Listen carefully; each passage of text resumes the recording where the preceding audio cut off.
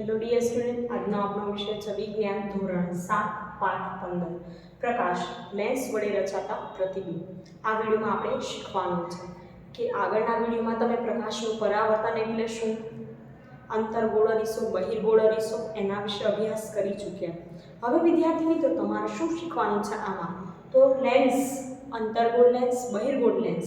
જેમ અંતર્ગોળ અરીસા અને બહિર્ગોળ અરીસા વચ્ચે પ્રતિબિંબ દ્વારા જે પ્રતિબિંબ રચાતા હતા, એમ આમાં લેન્સ વડે જે પ્રતિબિંબ રચાય છે એના વિશે માહિતી મેળવવાની છે.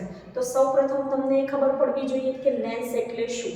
એના બે પ્રકાર આવે છે, અંતર્ગોળ લેન્સ અને બહિર્ગોળ લેન્સ.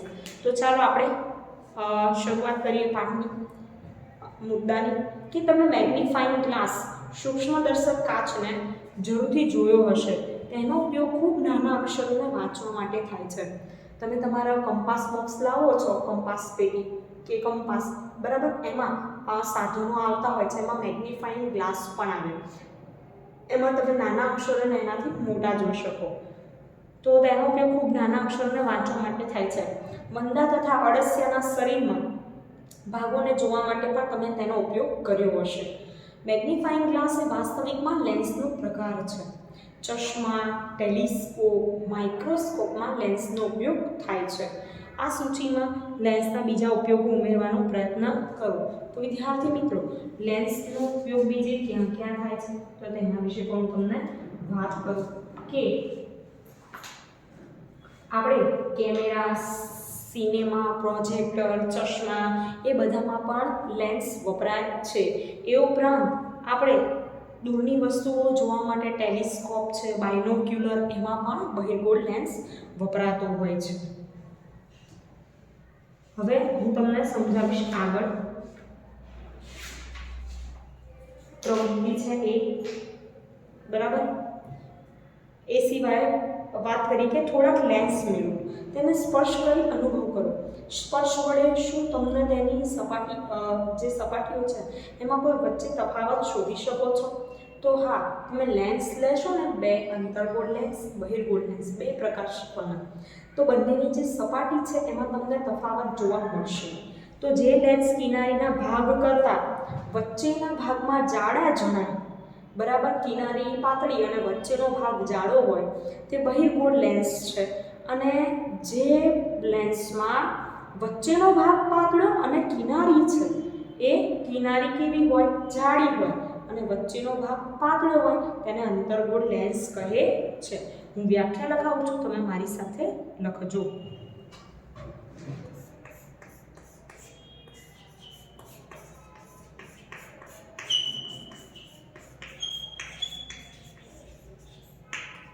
બહિર્ગોળ લેન્સ.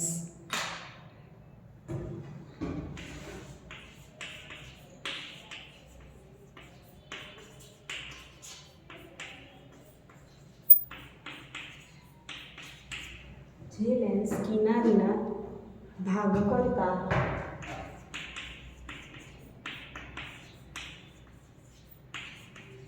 વચ્ચેના ભાગમાં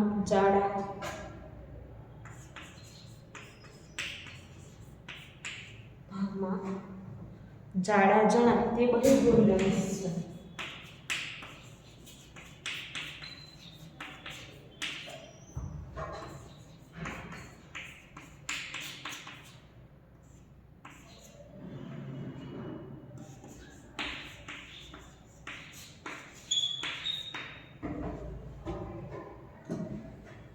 હવે અંતર્ગોળ લેન્સ.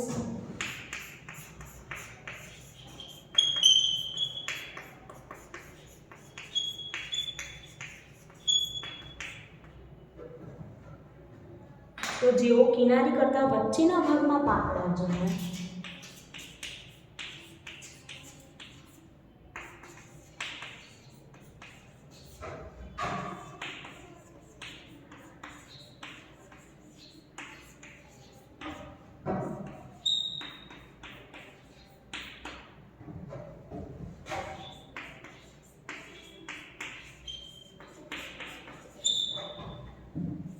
એને અંતર્ગોળ લેન્સ કહે છે.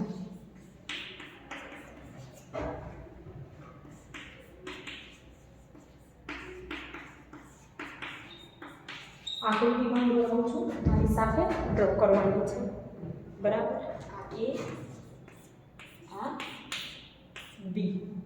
બહિર્ગોળ લેન્સમાં આપણે જોયું કે તે વચ્ચેથી જાડો અને કિનારીએથી પાતળો છે, તો આ આપણો બહિર્ગોળ લેન્સ. અને અંતર્ગોળ લેન્સ છે એ કેવો છે? કિનારીએ જાડો પણ વચ્ચેના ભાગમાં પાતળો, તો એ જોઈએ આપણે.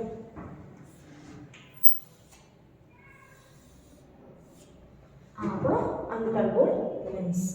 તમારે નામ નિર્દેશનવાળી આકૃતિ પણ તૈયાર કરવાની, વ્યાખ્યા સાથે 2 માર્ક્સમાં પૂછાઈ શકે.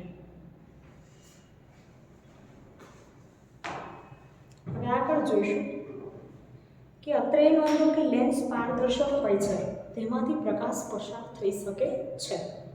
પારદર્શક એટલે કેવા કે જેમાંથી પ્રકાશ પસાર થઈ શકે. હવે જો સાવચેતી શું છે કે સૂર્ય અથવા અત્યંત તેજસ્વી પ્રકાશને લેન્સમાંથી જોવામાં જોખમ છે. બહિર્ગોળ લેન્સ વડે સૂર્યના કિરણો તમારા શરીરના કોઈ પણ ભાગમાં કેન્દ્રિત ન થાય તે માટે કાળજી લેવી જરૂરી છે. હવે આપણે આગળ જોઈએ બહિર્ગોળ લેન્સ અથવા મેગ્નિફાઇંગ ગ્લાસનો એક પ્રવૃત્તિ છે, પ્રવૃત્તિ 15.9. તેને સૂર્યપ્રકાશના કિરણોના માર્ગમાં મૂકો. 15.23માં બતાવ્યા મુજબ કાગળનો ટુકડો તેની નીચે ગોઠવો. શું કરવાનું છે? મેગ્નિફાઇંગ ગ્લાસ લેવાનો, સૂર્યપ્રકાશના કિરણોના માર્ગમાં મૂકવાનો અને આકૃતિમાં દર્શાવ્યું છે એ પ્રમાણે કાગળનો ટુકડો નીચે મૂકવાનો છે કે કાગળ પર પ્રકાશિત ટપકું તમને મળે એવી રીતે આપણે ગોઠવવાનો છે. થોડીક મિનિટ સુધી લેન્સ તથા કાગળને યથાવત સ્થિતિમાં પકડી રાખો. થોડોક સમય થાય ત્યાં સુધી શું કરવાનું? લેન્સ અને કાગળને એવી સ્થિતિમાં પકડી રાખવાનું. કાગળ બળવાની શરૂઆત કરે છે, તો હા વિદ્યાર્થી મિત્રો, બહિર્ગોળ લેન્સ વડે સૂર્યનું કાગળ પર નાનું ટપકા સ્વરૂપે પ્રકાશિત પ્રતિબિંબ મેળવી શકાય છે. અને વધુ સમય સુધી લેન્સને સ્થિર પકડી રાખતા શું થાય? તો કાગળ બળવા લાગે છે. અંતર્ગોળ લેન્સ વડે સૂર્યનું પ્રતિબિંબ કાગળ પર મેળવી શકાતું નથી. અહીંયા બહિર્ગોળ લેન્સ વડે પ્રક્રિયા કરશો તો તમને આવી રીતે જોવા મળશે. મેં તમને આગળ વાત કરી કે અરીસાના કિસ્સામાં આપણે જોઈ ગયા છે કે વસ્તુના જુદા જુદા અંતર માટે પ્રતિબિંબનો પ્રકાર તથા પરિમાણ બદલાય છે. શું આ વાત લેન્સ માટે પણ સાચી છે? તો હા, ચાલો જોઈએ આગળ પ્રવૃત્તિ કે એક બહિર્ગોળ લેન્સનો પ્રવૃત્તિ 15.10ની વાત કરું છું એટલે એમાં જોજો. એક બહિર્ગોળ લેન્સનો અંતર્ગોળ અરીસાના કિસ્સામાં તેમ કર્યું તેમ તેને સ્ટેન્ડ પર ગોઠવો. તેને ટેબલ પર મૂકવાનો છે ગોઠવીને. લેન્સથી આશરે 50 સેન્ટીમીટર દૂર સળગતી મીણબત્તી મૂકો. આકૃતિ આપેલી છે, તમે જોઈ શકો છો 15.25. લેન્સની બીજી બાજુ ગોઠવેલા પડદા પર મીણબત્તીનું પ્રતિબિંબ મેળવવાનો પ્રયત્ન કરો. મીણબત્તીથી જોતું સ્પષ્ટ તીક્ષ્ણ પ્રતિબિંબ મેળવવા માટે તમારે પડદાને લેન્સથી સહેજ આગળ કે પાછળ ખસેડવો પડશે. તમને કયા પ્રકારનું પ્રતિબિંબ મળે છે? પ્રતિબિંબ વાસ્તવિક છે કે આભાસી એ તમારે જોવાનું. પ્રયોગ પૂછાતો હોય છે તો તમારે આ પ્રયોગ પણ તૈયાર કરવાનો છે વિદ્યાર્થી મિત્રો. હું તમને હમણાં કોષ્ટક લખાઈશ આના માટે, પહેલાં સમજાવી દઉં કે પ્રતિબિંબ જે મળે છે વિદ્યાર્થી મિત્રો એ કેવું મળે છે? તો વાસ્તવિક મળતું હોય છે. હવે લેન્સથી મીણબત્તીના અંતરમાં ફેરફાર કરો. પ્રત્યેક વખતે પડદાને ખસેડીને મીણબત્તીનું પ્રતિબિંબ પડદા પર મેળવવા માટે પ્રયત્ન કરો. અને તમારા અવલોકનોની અંતર્ગોળ અરીસા માટે તમે કરેલી પ્રવૃત્તિ 15.7 મુજબ નોંધ કરો. આપણે જે આગળના કોષ્ટક શીખ્યા હતા એમ બહિર્ગોળ લેન્સ માટે પણ કરવાનું છે. તો હું તમને લખાવું છું આગળ કોષ્ટક, બરાબર. તો બહિર્ગોળ લેન્સથી જુદા જુદા સ્થાને રહેલી વસ્તુના પ્રતિબિંબો. તો એના વિશે રચાતા પ્રતિબિંબ વિશે તમને લખાવું કે 50 સેન્ટીમીટર હોય, 10, 20, 30 સેન્ટીમીટર કેવું રચાય? નાનું મોટું વાસ્તવિક છે કે આભાસી ઉલટું છે કે ચપટું છે? લેન્સથી વસ્તુનું અંતર જોઈશું આપણે પહેલા.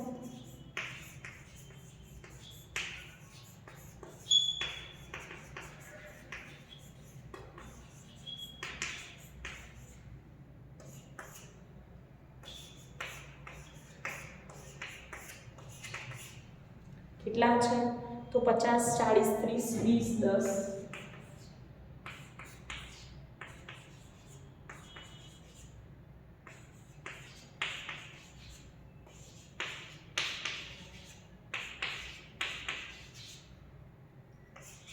5 સેન્ટીમીટર લાસ્ટ કેટલું છે 5 સેન્ટીમીટર હવે બીજો પોર્શન શું છે ભાગ કે આપણે જાણીએ વસ્તુ કરતાં નાનું કે મોટું પ્રતિબિંબ તો ડાયરેક્ટ ટૂંકમાં લખીશ નાનું કે મોટું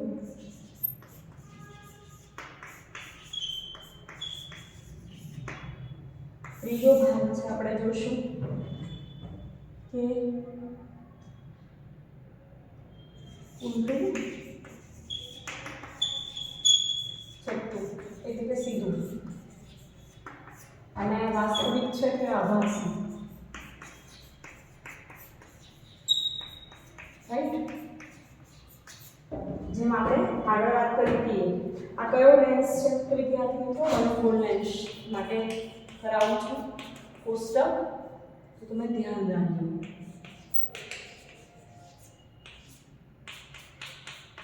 હવે તમે જુઓ આપણે લખી નાખ્યું છે વાત કરીએ 50 સેન્ટીમીટરની તો જ્યારે 50 સેન્ટીમીટરે આપણે વસ્તુ રાખી અને એનો પ્રતિબિંબ જોવાનો પ્રયત્ન કરીશું તો એ પ્રતિબિંબ આપણને કેવું મળશે તો વસ્તુ કરતાં નાનું મળે છે વસ્તુ કરતાં નાનું અને કેવું હોય છે ઉલટું વાસ્તવિક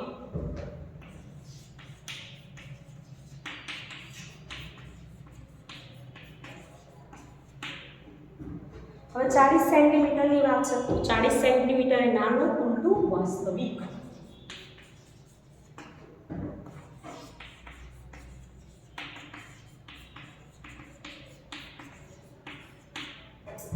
પછી વાત કરીએ 30 સેન્ટીમીટર વિદ્યાર્થી મિત્રો તો 30 સેન્ટીમીટર એ વસ્તુ કરતાં મોટું મળે છે અને ઉલટું વાસ્તવિક હોય છે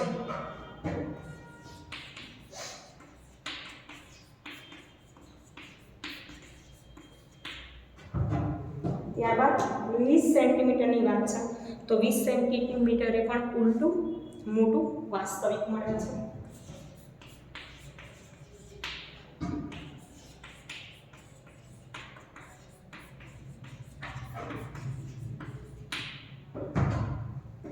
ત્યારબાદ 10 સેન્ટીમીટરે તો 10 સેન્ટીમીટરે મોટું મળે છે અને ચપટું આભાસી હોય છે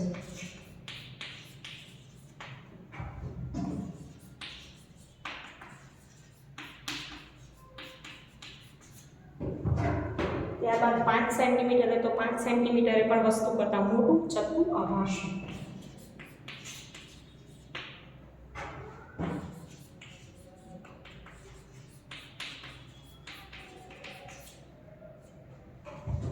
રાઈટ હવે આગળ વાત કરીએ એવી જ રીતે અંતર્ગોળ લેન્સ માટે પણ જોવાનું છે આપણે કે કેવું પ્રતિબિંબ મળે છે આ વાત હતી બહિર્ગોળ લેન્સ વડે મળતા પ્રતિબિંબની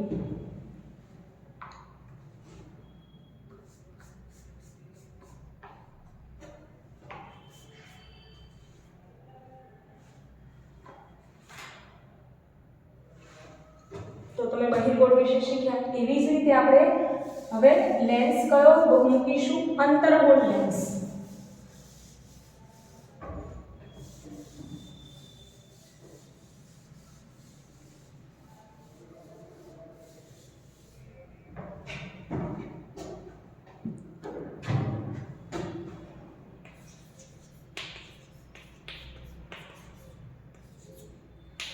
બરાબર ખાસ યાદ રાખજો અંતર્ગોળ લેન્સ હવે અંતર્ગોળ લેન્સમાં આપણે લેન્સથી વસ્તુનું અંતર રાખીશું એમાં 50 centimetre 40 centimetre 30 centimetre 20 centimetre 10 centimetre 5 centimetre તો આપણને કેવું પ્રતિબિંબ મળશે એના વિશે શીખવાનું છે તો વિદ્યાર્થી મિત્રો હંમેશા આપણે અંતર્ગોળ લેન્સમાં વસ્તુને આપણે ગમે તે અંતરે મૂકીશું તો પણ આપણને પ્રતિબિંબ કેવું મળશે નાનું મળશે બરાબર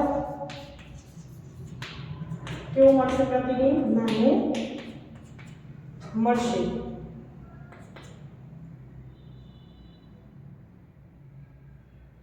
અને ઉલટું ચપટું કે વાસ્તવિક આભાસી? તો એમાં પણ હંમેશા પ્રતિબિંબ આપણને ચપટું જોવા મળશે અને આભાસી જોવા મળશે. તમારે યાદ રાખવાનું છે કે અંતર્ગોળ લેન્સ વડે મળતું પ્રતિબિંબ કેવું હોય છે? તો નાનું, ચપટું, આભાસી હોય છે. બરાબર. એક વાક્યમાં પ્રશ્ન પૂછાય તો તમને આવડવો જોઈએ. એમાં બધા પ્રતિબિંબ ચપટું, બધા સીધા જ મળે, આભાસી મળે એટલે કે પડદા પર મેળવી શકાતા નથી અને બધા કેવા હોય છે? નાના હોય છે. હવે વાત કરીએ આગળ. સૂર્યપ્રકાશ રંગીન કે સફેદ? આગળનો પોઈન્ટ છે આપણો. કોષ્ટક ખાસ તૈયાર કરજો કેવા પ્રતિબિંબ મળે છે લેન્સ અને અરીસા વડે. બંનેમાં ભેગું ના થઈ જાય. લેન્સ, અરીસો બંને અલગ વસ્તુ છે. બરાબર.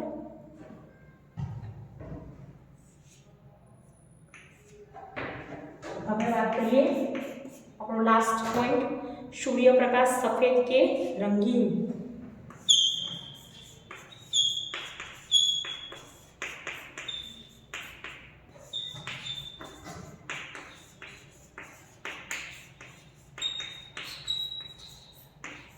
ક્વેશ્ચન માર્ક્સ છે.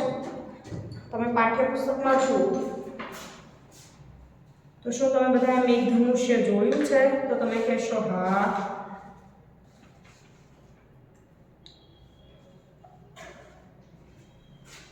તો મેઘધનુષ્યમાં કેટલા રંગો હોય છે?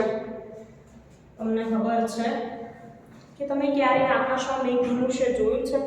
સામાન્ય રીતે વરસાદ પડી ગયા પછી જ્યારે આકાશમાં સૂર્યના નીચેના ભાગમાં હોય ત્યારે તે મેઘધનુષ્ય દેખાય છે. આકાશમાં મેઘધનુષ્ય મોટી ચાપ સ્વરૂપે ઘણા રંગો ધરાવતું દેખાય છે. મેઘધનુષ્યમાં કેટલા રંગ છે? તો આપણે જાણીએ છીએ મેઘધનુષ્યમાં 7 રંગો હોય છે. એમાં લાલ, નારંગી, પીળો, લીલો, વાદળી, ભૂરો, જાંબલી.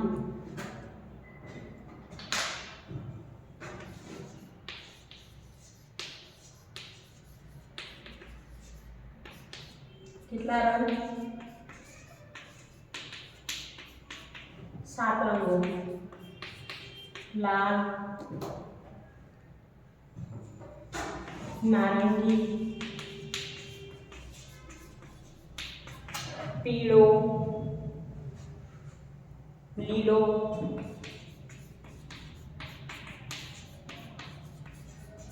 વાદળી, ભૂરો તથા જાંબલી.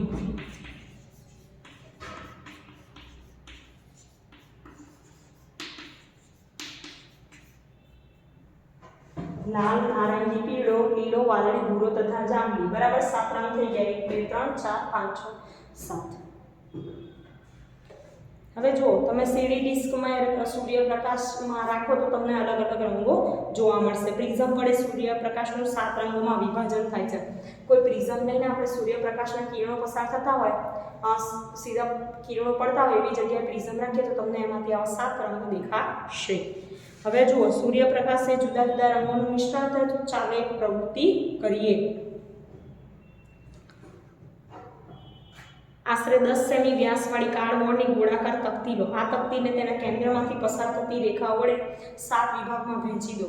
તેમાં 7 મેઘધનુષ્યમાં જોવા મળતા રંગ પૂરો. આપણે આ ઘરે બનાવી શકીએ 7 રંગોવાળી ચકરડી. હવે આ વિભાગો પર રંગીન કાગળ પણ ચોંટાડી શકો છો.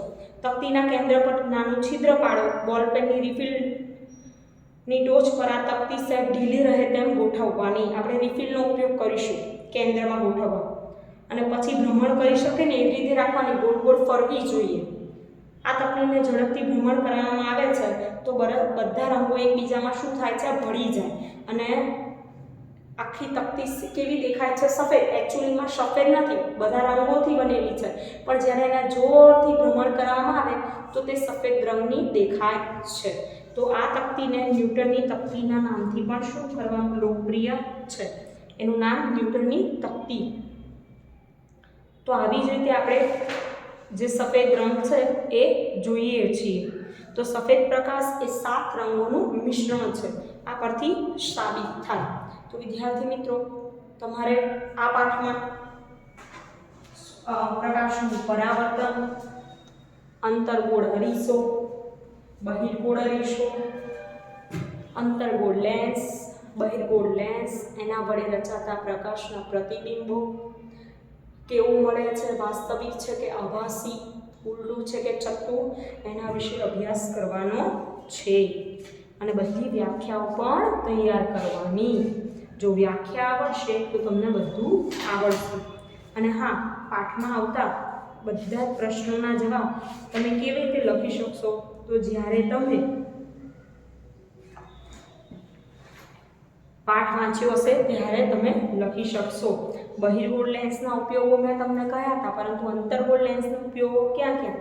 તો બાળકોને યુવાનોમાં દૂરની વસ્તુઓ સ્પષ્ટ જોવા માટે ચશ્માના કાચ હોય એમાં લેન્સ વપરાતા હોય છે. પછી મુખ્ય દરવાજા પર આપણો દરવાજો હોય એમાં જે કાણું હોય છે, ડોરબેલ સાઈડમાં હોય બરાબર, પણ વચ્ચે દરવાજામાં કાણું હોય કે બહાર કોણ ઊભું છે જોવા માટે જે કાણું હોય છે એમાં અંતર્ગોળ લેન્સ ગોઠવવામાં આવે એટલે બહારનું ખોલ્યા વિના સિવાય પણ આવનારનું મોં જોઈ શકાય છે. પછી વાત કરી કે મેઘધનુષ્યની ઘટના, બરાબર. 7 રંગોના નામ તમારે યાદ રાખવાના છે. કેવી રીતે પ્રકાશનું પરાવર્તન થાય, તફાવત પૂછાય, વૈજ્ઞાનિક કારણ પૂછાય તો પણ તમને આવડવું જોઈએ. એવું પૂછાય કે કયો લેન્સ અપસારી છે, તો અંતર્ગોળ લેન્સ અપસારી, અને કયો લેન્સ અભિસારી, તો બહિર્ગોળ લેન્સ અભિસારી છે. પછી એવું પૂછાય કે વાહનોમાં સાઇડ મિરર તરીકે કયા પ્રકારનો અરીસો વપરાય, તો તમને જવાબ આવડવો જોઈએ બહિર્ગોળ અરીસો. ત્યાં તમારે લેન્સ લખવાનું નથી, અરીસો શબ્દ વાપરવાનો છે. પછી દાંતના ડૉક્ટર કયા પ્રકારના અરીસાનો ઉપયોગ દાંતની તપાસ કરવા માટે કરે છે, તો તમારે યાદ રાખવાનું, એમાં આવશે અંતર્ગોળ અરીસો. પછી કયો લેન્સ મેગ્નિફાઇંગ લેન્સ તરીકે વપરાય, તો તમને યાદ આવશે બહિર્ગોળ લેન્સ. આમ અલગ અલગ પ્રશ્નો પૂછાય તો તમારે સમજી વિચારી જવાબ લખવાના. પ્રિઝમ વડે સૂર્યનું 7 રંગોમાં વીજ છૂટા પડવું તે ઘટનાને શું કહેવાય? આપણે જાણીએ છીએ તેને કહેવાય પ્રકાશનું વિભાજન. તો આવી રીતે તમે જાતે જ પાઠમાંથી પ્રશ્ન તૈયાર કરી શકો છો, બરાબર. એ પ્રશ્નોના જવાબની જેટલી વધારે ને વધારે પ્રેક્ટિસ કરશો એટલું તમને વધારે સમજણ પડશે. આ વિડીયોમાં આટલે સુધી રાખીશું. Thank you.